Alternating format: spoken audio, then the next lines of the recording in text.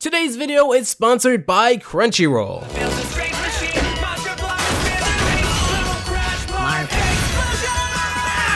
Located within the cracks of the 2010s Nicktoons schedule was a forgotten gem, a tale of two friends, with a dynamic as old as time. One's goofy, one's more serious, but it doesn't stop them from becoming best friends. With a single uno season and 26 episodes. What happened? Well, we're not there yet. 2009, Nickelodeon unveils its new logo, replacing the splat icon they've used since the 80s. Nickelodeon would be about halfway through the era of leadership ran by former Nickelodeon president Saima Zargami. According to her opinion in the business world, Saima has, quote, played an integral role in growing Nickelodeon into the dominant force in kids' entertainment. However, the public opinion was much different. Saima was generally hated amongst fans, particularly animation fans, due to her arguable bias towards live action and impossible standard of animated shows, often cutting them early if they don't reach high viewership, despite having a core audience. One of Saima's first moves was to replace the Nickelodeon Splat. We wanted to clean it up and allow Nick to be the stamp on all of these channels that ultimately meant jettisoning the familiar Nick Splat. In asking ourselves if everything could live under the Splat, we decided the Splat was dated. Nickelodeon also began the process of saving major branding to healthier food options for kids, when the company was called out by the Food Marketing Work Group amongst 55 health groups and multiple different physicians, experts, and nutritionists. Unlike Disney, which announced new nutrition standards that applied to all of its marketing, Nickelodeon lagged behind. But that's not all. Nickelodeon's 30-plus year run as the top-ranked network, for children at least, would be toppled in 2011 by Disney. For the first time, Nickelodeon didn't finish in number 1.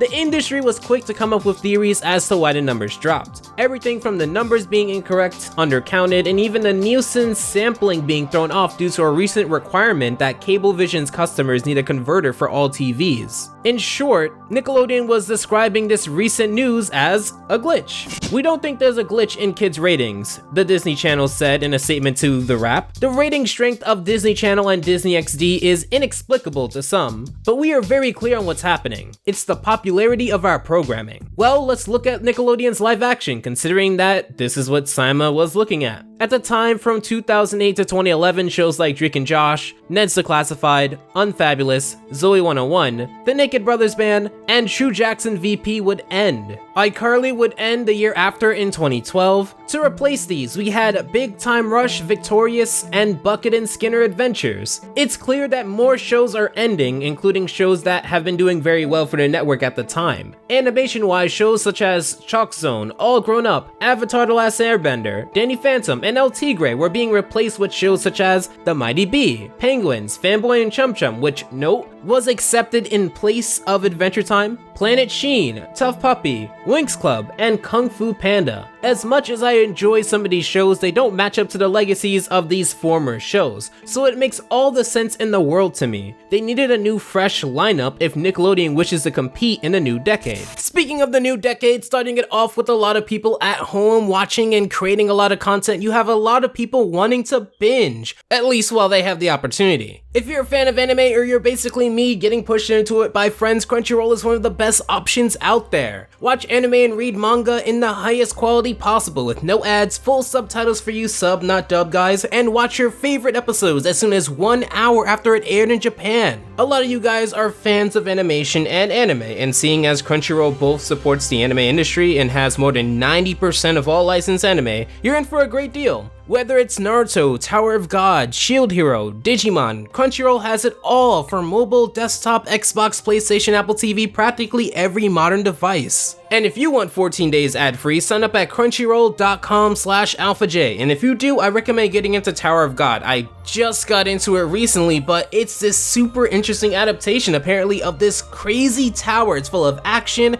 the characters look awesome, and the lore behind it has me hooked. I'm currently on the 6th episode, so don't spoil me. Also, if you have any suggestion of anime that's on Crunchyroll that you'd like for me to check out, leave them in the pinned comment below. Dave Pressler started off as a robot artist, drawing robots because he couldn't draw humans. episodes. He started developing the show Bible and Pitch for Robot and Monster starting in 2006. This series was intended to be named Robot and Monster, Best Friends Forever. There was a gallery show and the theme was tortured relationships, so I thought of an unlikely pair of friends that were complete opposite personalities, but always best friends. I painted 3 pieces with Robot and Monster. Also, I sculpted them as little figures. This was in 2006. Alongside co-creators Joshua Sternin and J.R. Ventimiglia, Pressler would pitch the idea, and Nickelodeon would order 26 episodes for the first season to premiere in the fall of 2011, but was pushed back even more. Going into 2012, Nickelodeon would release The Legend of Korra, Robot and Monster, and the 2012 Teenage Mutant Ninja Turtles, which was also co-developed by Sternin and Ventimiglia, with the first show being related to the universally acclaimed Avatar, and the third show being a reboot of a well-known series, also competing against Disney's Gravity Falls and Cartoon Network's Adventure Time, Omniverse, Regular Show, and Gumball. It's clear that the original concept would need a lot to break through,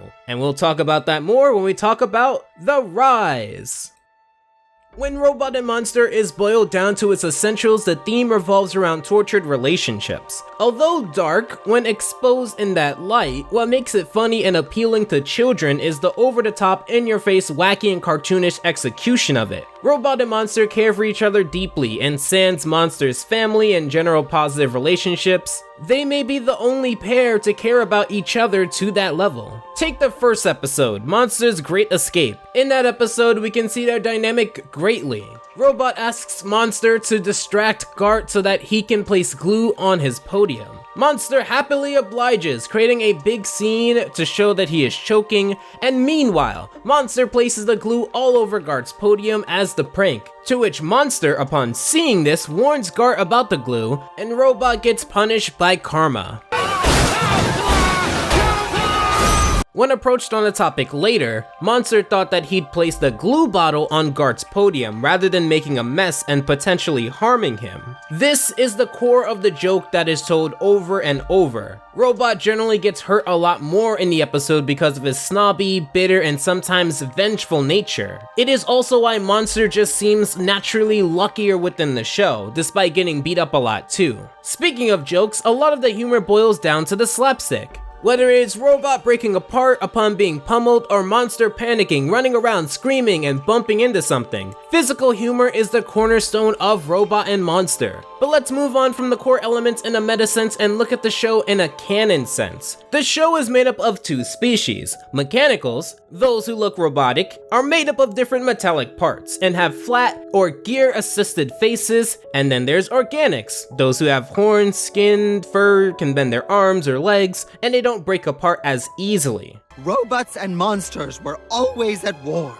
They had nothing in common. Their favorite of games was to call one another unflattering names. They live together in harmony in a boxy, oddly structured society that prides itself on the consumption of bacon, the odd, competitive game called Polo, the use of cars and blimps as a means of transportation, and generally not getting in each other's way, having a very cynical view on life, unless your name is Monster, and debatably JD. Robot and Monster have 2.5 friends generally. JD, the big organic who's generally viewed as attractive in episodes such as Model Citizen and What JD Wants. Spitfire, her best friend who is just as cynical as Robot and also is a mechanical. And sometimes the half-friend, Ogo, their neighbor who obsesses over them to a creepy level that involves stalking, hardcore memorization of even the most minor details involving them, and recreating the main duo as structures to roleplay with in his own house. The duo also have a pet Marf that only speaks in Marf talk.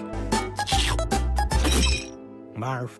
They technically shouldn't have Marf because their landlord, Mr. Wheelie, doesn't allow for pets, generally being very grouchy and pessimistic about life, which is explored in Cheer Up Wheelie. Originally, Marf started out as a pest within the duo's house, according to the episode A Better Marf Trap, and Robot wanted to give Marf away to appease their ever-so-hating landlord. However, after seeing that no home would give Marf the love that it needs to survive, they decided to keep Marth as a pet but hide him anytime the landlord comes snooping in. Beyond that, Robot has a family, the Default family, responsible for the blinking light or the light that switches on and off, as we'd learned in the episode Blinking Light that their family also created the light that turns on and the light that turns off, giving their family a massive amount of wealth, which is not shared with Robot, that they use to strong-arm their way into the more affluent part of society, minus Robot. Robot's family shuns him for the most part, but mainly his brother Gart and Robot's grandmother, who speaks in binary, so 1 and 0, and doesn't like organics at all.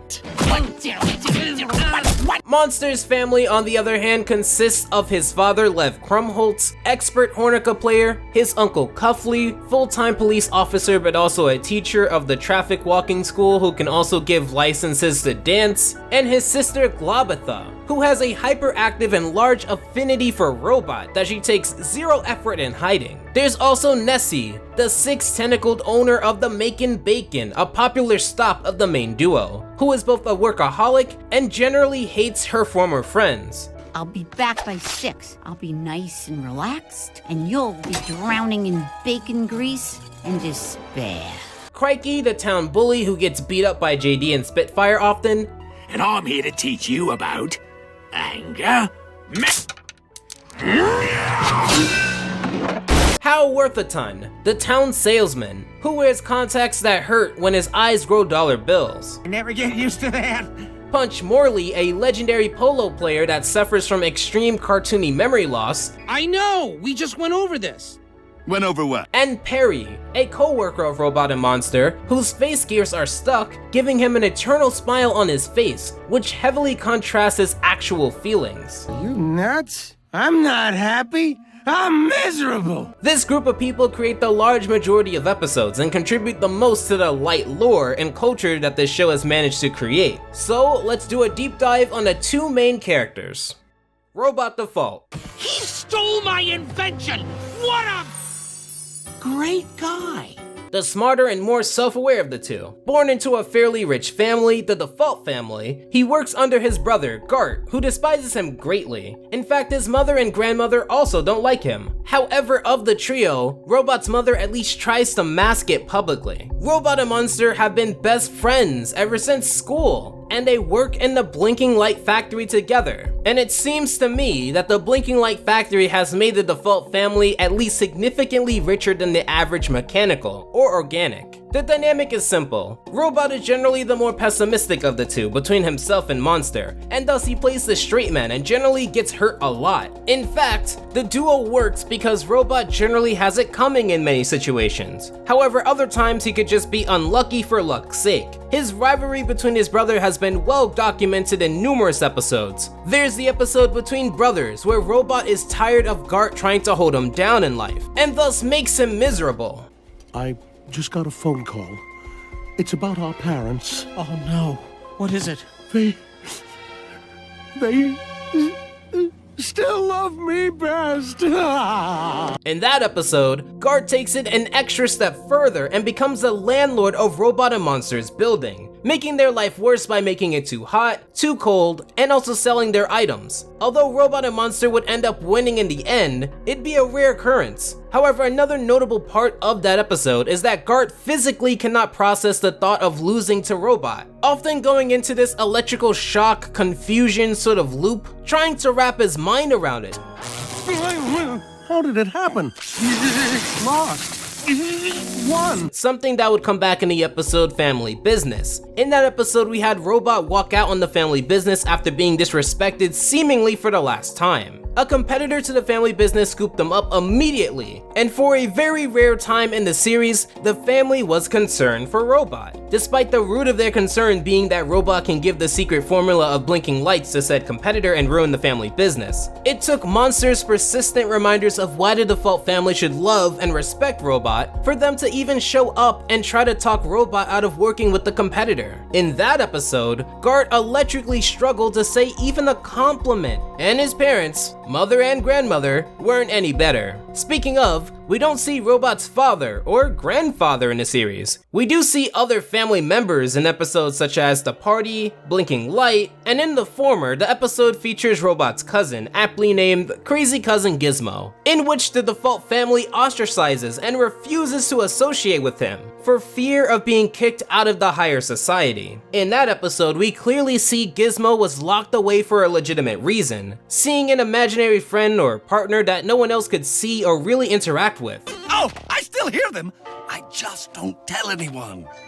It was Princess Invisible's idea. However, Robot stood up for Gizmo for a two-part reason. Firstly, he, with Monster's persistent budging, begrudgingly believed that Gizmo, as out there as he is, shouldn't be pushed away from the family, and secondly, he had a minor self-realization that even if he did push Gizmo away, he would never fit up with the higher-ups anyway. He clearly struggled at the party to fit in with the stiff type, and considering his working-class nature, he wouldn't have fit in, and thus would be burning the bridge on both ends, just at different speeds. Blinking Light, on the other hand, also focuses on the rivalry in which Gart, at the beginning of the episode, goes through the entire family tree, just to show that since everyone in the entire default family is either away or a baby, Robot is the last person available to take control of the factory while Gart is away accepting an award. It goes awfully for Robot in that episode, mind you, because he treats the workers so well that they don't want to work, they just want to party and get paid, which unfortunately doesn't get the job done. There have been times where Robot has clearly been in the wrong, such as Bad News Baconeers, where he instilled cheating into his polo team and thus enabled them to dunk on Gart's team. But other times, Robot was in the right, such as one of the later episodes, JD Loves Gart, in which Robot, in a very much justified but also jealous reaction, tries to break up his friend JD, who is also his crush, and Gart, knowing how evil and arrogant Gart can be. Overall, their rivalry runs deep into the show and has become a staple part of Robot's character. Another big part of his character is being an inventor. There's episodes such as Safety First, where Gart instructed Robot to make a safety video, believing that he'd fail, if anything, and making his venture all worth it. And Robot makes a 3D holographic sort of augmented reality projector that was supposed to immerse you into the experience by bringing the movie to you.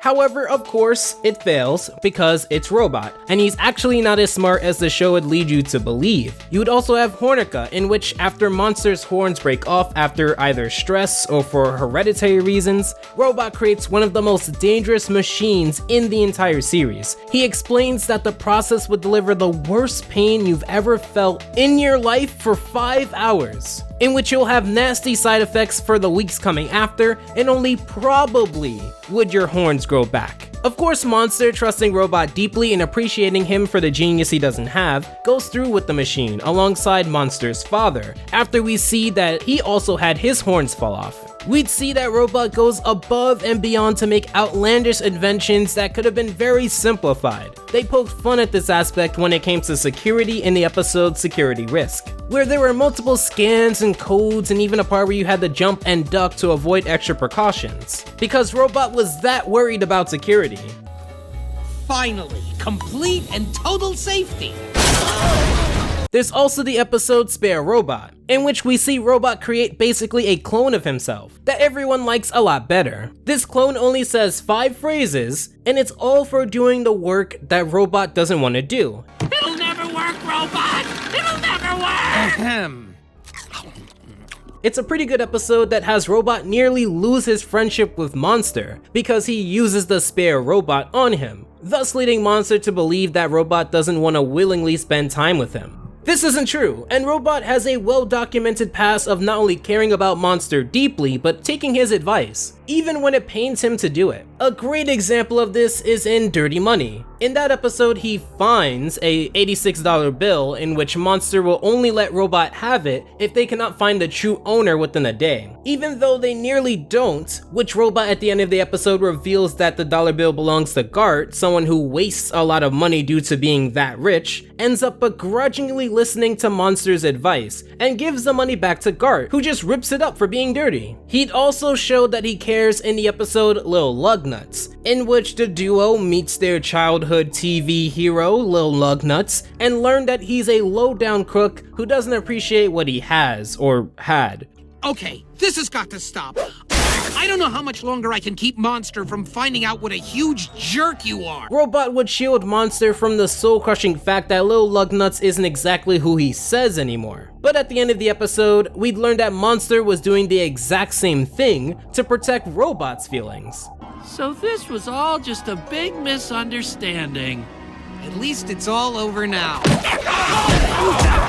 There's also the episode Pinball Wizard, in which after trying to get some alone time to finish an invention, Monster develops his own hobby, pinball, in which you throw a spiked ball at a person and try to miss them as close as possible. We'd see in the episode, Robot would be very hurt that Monster wouldn't want to be the first person to try the experiment. In fact, when it comes to science, we'd learned that in the episode Letterology, that Monster voted multiple times for Robot to be the most likely to succeed in science, believing in him than his own peers at school. He'd also have a begrudging likeness for Ogo in the episodes Ogo's Friend and Ogo's Birthday. In the former, when Ogo teams up with Lucy, a competitor to Robot in the science world, Lucy would end up taking all of Ogo's parts for her invention, thus leading into Robot having to make a choice. Either keep his own processor chip for his own invention, or trade the processor chip to Lucy for Ogo's brain, and thus lose the science competition for a 2-color blinking light. He obviously does the right thing after tons of pushing and prodding from Monster. But then I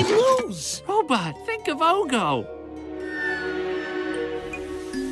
In the latter episode, Ogo's Birthday, after finding out that the sewage treatment plant hosts an underground theme park that is closing on that exact day, Robot gives it up alongside Monster to spend time with Ogo on his birthday, despite it actually not being his birthday. Robot, as much as a punching bag and pessimist that he is, loves Monster, cares about him deeply, and provides a more self-aware and snarky but occasionally well-intentioned role within the show. Contraire, my metallic friend. That's how I live, which is why I'm the happiest guy in the world. Monster Krumholtz is a lovable, overly emotional, moral-driven, purple, minotaur-like organic who believes that there's always a friend to be made and that good things happen to good people. Whereas Robot is naturally unlucky, Monster seems to be naturally lucky, avoiding a lot of the pain that happens between the both of them, but not all.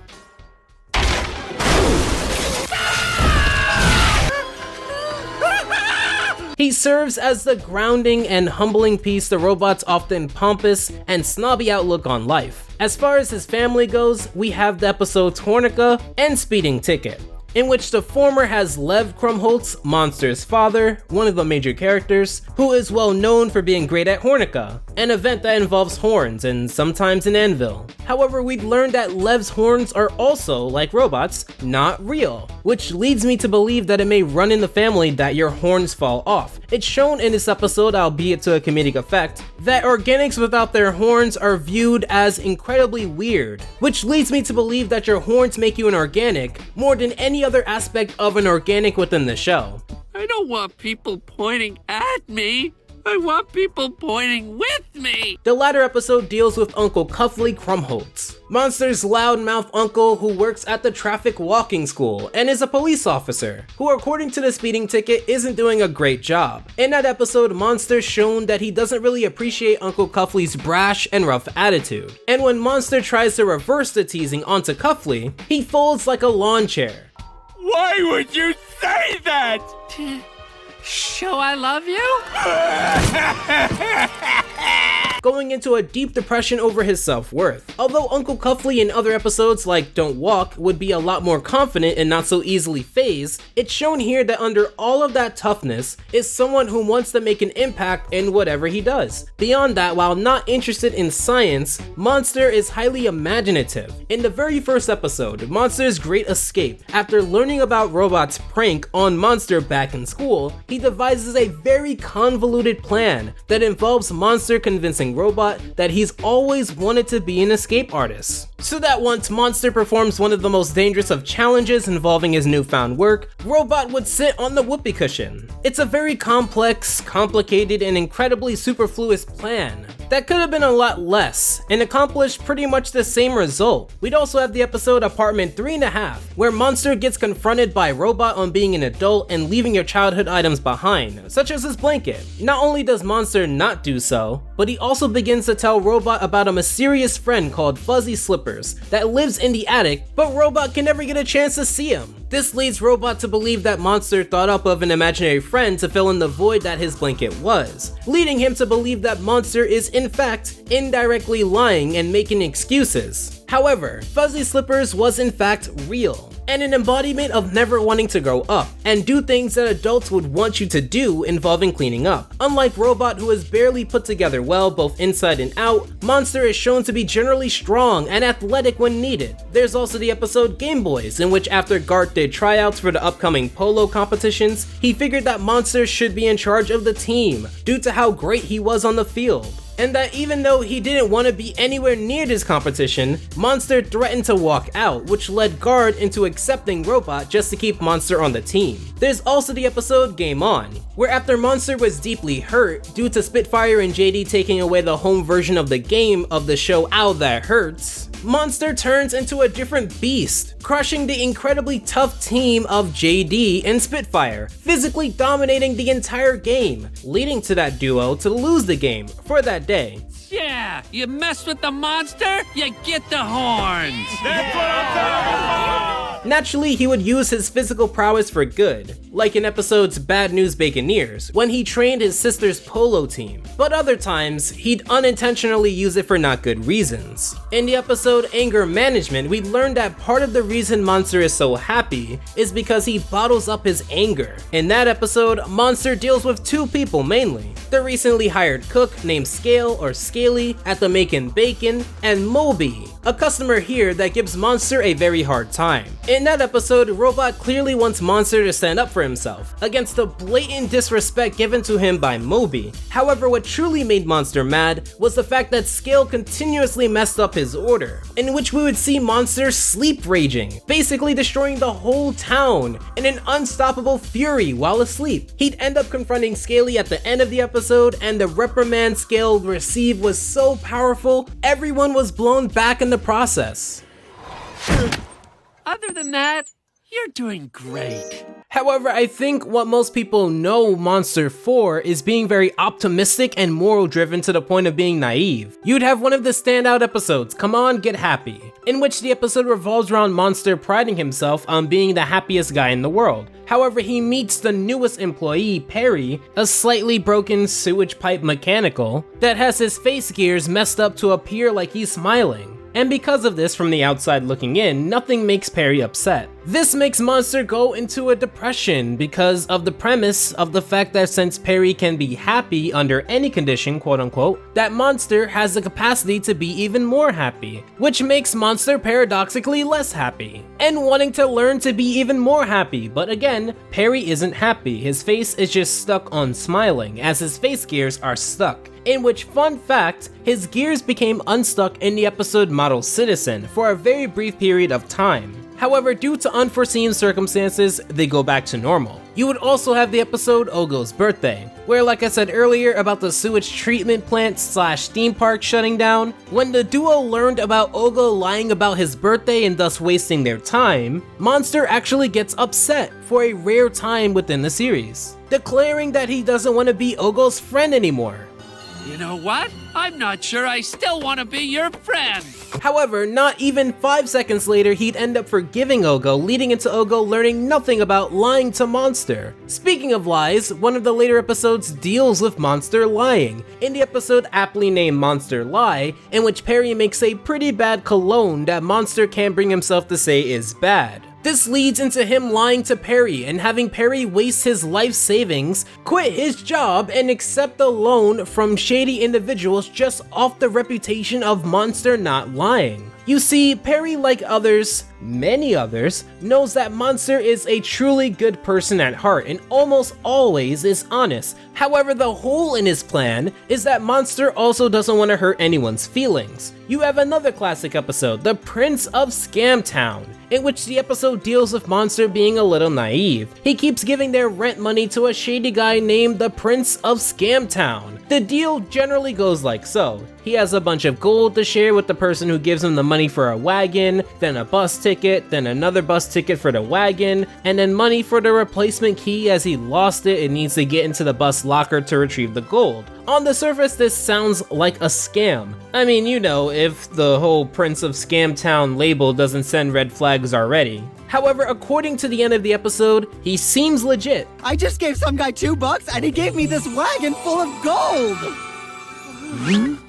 He'd also be super loyal to anyone and anything, like in the episode Litterbug, where rather than getting a slap on the wrist, Monster believes robots shouldn't have to go through the justice system and bend to their ways if he truly didn't litter. Which, like in SpongeBob, is not only an illegal act, but a highly offensive and a societally wrong practice to the point where the citizens collectively shun those who litter.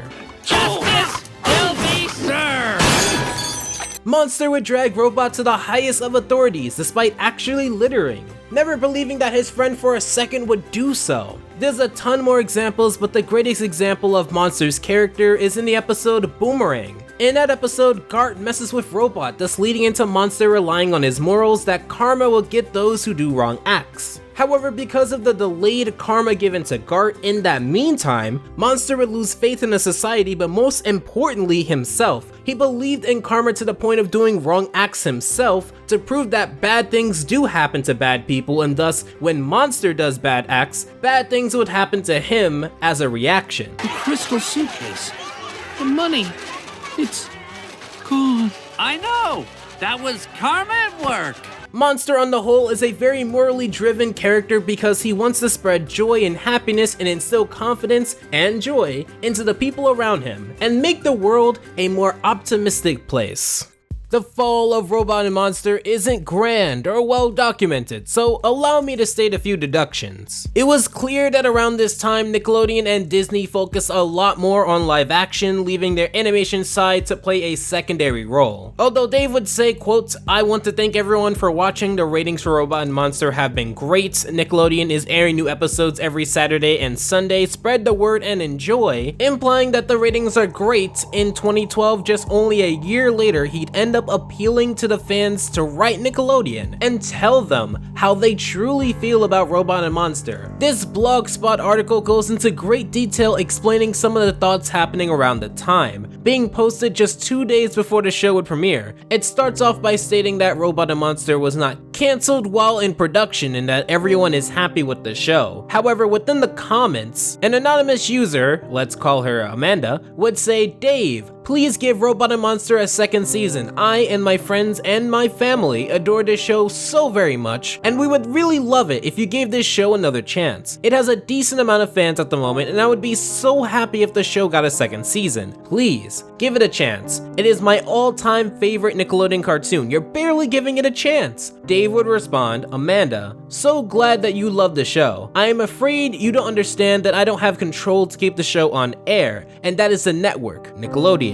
If it were up to me, I would make Robot and Monster for the rest of my life, 20 seasons and more. It is not up to me. I want to do more Robot and Monster, Nickelodeon does not. The best thing to do is to write Nickelodeon and tell them how much you love the show and want to see more. They need to give it a chance, and I agree with you." Dave would then send people the ways to contact Nickelodeon, either by mail or online, asking fans to really open up and share their support for keeping Robot and Monster. This reminds me of another certain show, Glitchtex, and I think we can all deduce how well Glitchtex is doing. This tells me that the theory that Nickelodeon focus was on live action is plausible, but also Nickelodeon's focus on creating original IPs when it came to animated shows was not the focus. Of all of the animated shows that aired in 2012 that were original, you have SpongeBob, The Fairly OddParents, Fanboy and Chum Chum, Tough Puppy, Winx Club, and Robot and Monster. Of those, SpongeBob and Fairly OddParents were already established. The latter two, Tough Puppy and Winx Club, went on to have a good amount of success. However, compared to Planet Sheen, Kung Fu Panda, Legends of Korra, Teenage Mutant Ninja Turtles, and Penguins of Madagascar, I can see Robot and Monster getting lost in the shuffle. It's not connected to any money-making IP, it's not from a creator that's already been on Nickelodeon, it's not connected to a successful show, and targeted what other shows shows were already doing. A lot of the humor on Robot and Monster could easily be seen on SpongeBob, Fairly OddParents, Tough Puppy, Planet Sheen, Fanboy and Chum Chum, and probably more shows, if we're not talking about Nickelodeon shows. So it's a new IP trying to compete against a bunch of really successful shows or proven IPs, targeting a demographic that other shows target with not much new, a thin lore to attach itself to, and even a stale, growing episode pattern. There's only so many times a Punch Morley joke would be funny and not just predictable, or how they never address Robot's father or grandfather to make a fan feel like there's so much more that could be done that wasn't done in favor of being extremely episodic. Blinking. Punch! What happened? I didn't see that cable. Everyone, be careful. Whoa, I didn't see that cable. Everyone, be careful. And I understand why episodic shows exist, so that you can air them out of order. However, there's even more proof that Nickelodeon didn't treat this show with high priority. The episodes were aired out of order to a noticeable point when binge. The episode A Better Marv Trap, the episode in which they meet their pet, you know, the one that is in the intro and countless of episodes, never even aired on TV. It aired on DVD and was widely rumored to not exist. They've even had smaller things happen, such as airing Anger Management, an episode in which Robot no-selfs Ogo's computer, and how it has a rather creepy wallpaper, but then air The Bacon Tree later in the month, in which Robot acts as if he hasn't seen it before. Production order wise, that makes sense because he didn't, but air order wise, I don't get that. My best guess is maybe they felt more confident in other episodes more than others, and disregarded basic continuity to get the show up on its feet as fast as possible. The only problem with that is that it disregards the fans and creates this meh feeling of not really caring enough to be invested because Nickelodeon themselves aren't invested. So I can contribute the fall to two major factors. It's twofold. The network did not have much faith in the show due to it being lost in a shuffle of other popular, easily marketable, or higher potential based shows.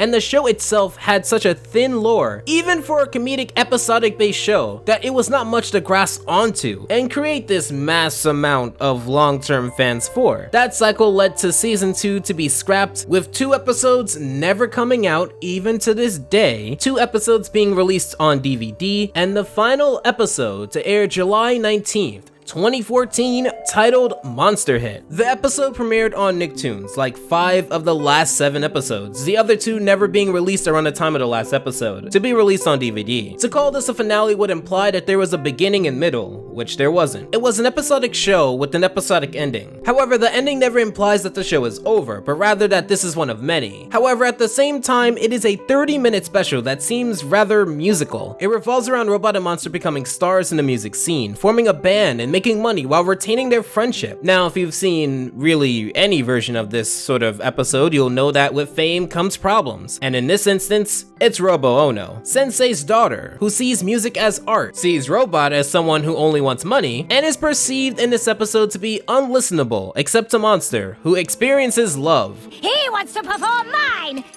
His. I mean his. Robot, on the other hand, creating an invention that works on the first time, mind you, we'll get to that later, wants to make money with the one song that is working. And Monster, distracted by love, wants to make a song in his image. But little does he know, Robo Ono is indirectly changing things into her image under the guise of romance. Everything that you need to know was explained in that paragraph or so let's get to why none of this works. As I said in the fall, the problems are twofold. The network didn't have much faith in the show, and the show also had such a thin lore that there was no way to make more fans. You're essentially just a funny show among funny shows that were already here. SpongeBob, Gravity Falls, TMNT 2012. These shows are funny, but there's a lore or legacy there. If anything, it just seems like this episode was going out of its way to avoid lore and avoid committing characters to feel a certain way about other characters, which is why they used a character that we've never seen before, Robo Ono. There's a moment within this special where they meet up with the teen singing sensation Vapid Milquetoast, who ends up showing us that Loudmouth is angry and bitter all of the time because they used to be friends, Loudmouth and Vapid Milquetoast, but somewhere along the lines they split up and Vapid became famous while Loudmouth became cranky and bald. That's a great story that the episode doesn't want to tell more about. There's also, towards the end, Monster refers to his hometown as, quote, place where we live, which is a meta way of showing that there is nothing written down about the lore here. There's not even a town name. There's also just other weird weird moments within this episode, such as Robot not being disgusted by Ogo's presence, but then there's also Robot's invention working immediately, something that goes against what Robot has done in literally every other single episode, and all of the character placements.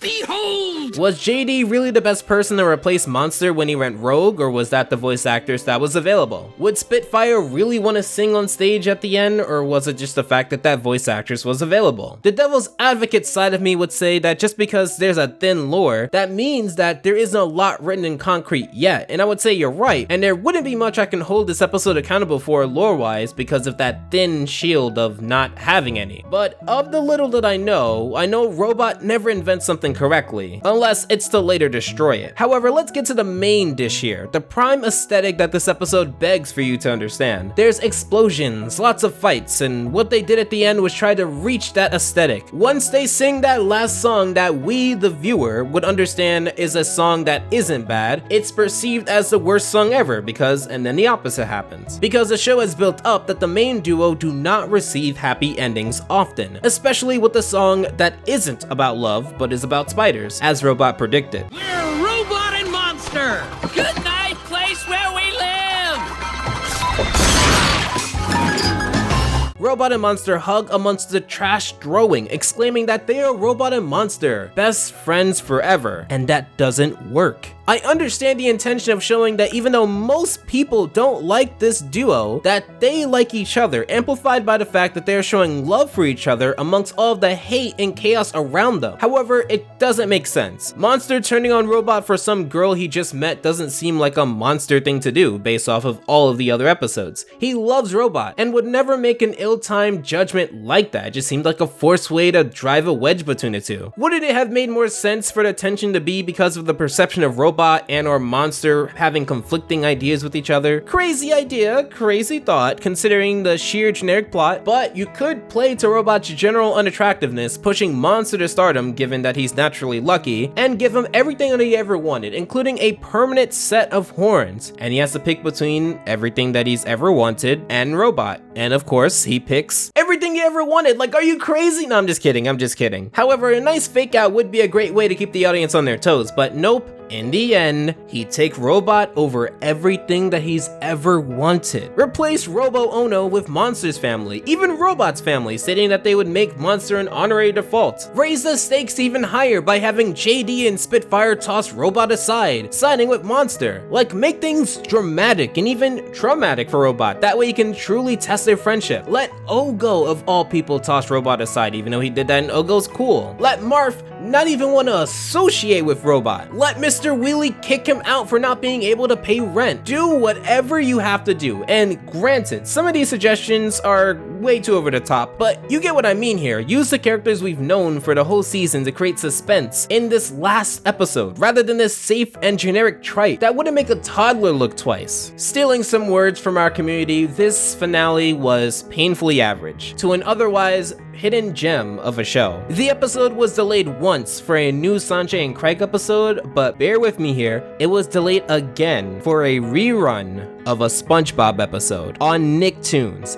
Think about that for a second. Nickelodeon would much rather play a rerun of a SpongeBob episode on Nicktoons than air the finale of Robot and Monster. Unlike most of my Rise and Fall videos that generally have a happier ending because of a good finale or a long-lasting legacy, there's none of that here. This isn't a show that Nickelodeon would remember as far as nostalgia goes. I'm sure most people will fly right by this video because they simply don't remember or have a strong bond with the series, but this would be lucky to be played at the 2 to 3 a.m. slot on Nicktoons within a few years. And it's a shame because I genuinely enjoy this show. It's in my top 5 favorite Nicktoons of all time, and it will always be known as that one show that aired between The Legends of Korra and Sanjay and Craig amongst casual fans. If you love slapstick and shows that lean on the meaner side, who'll show you while being best friends forever. Thank you for watching. Once again, go to crunchyroll.com/alphajshow to get your 14-day free trial of Crunchyroll Premium now. Special thanks to the supporters of June, and until next time, take care. Alpha out.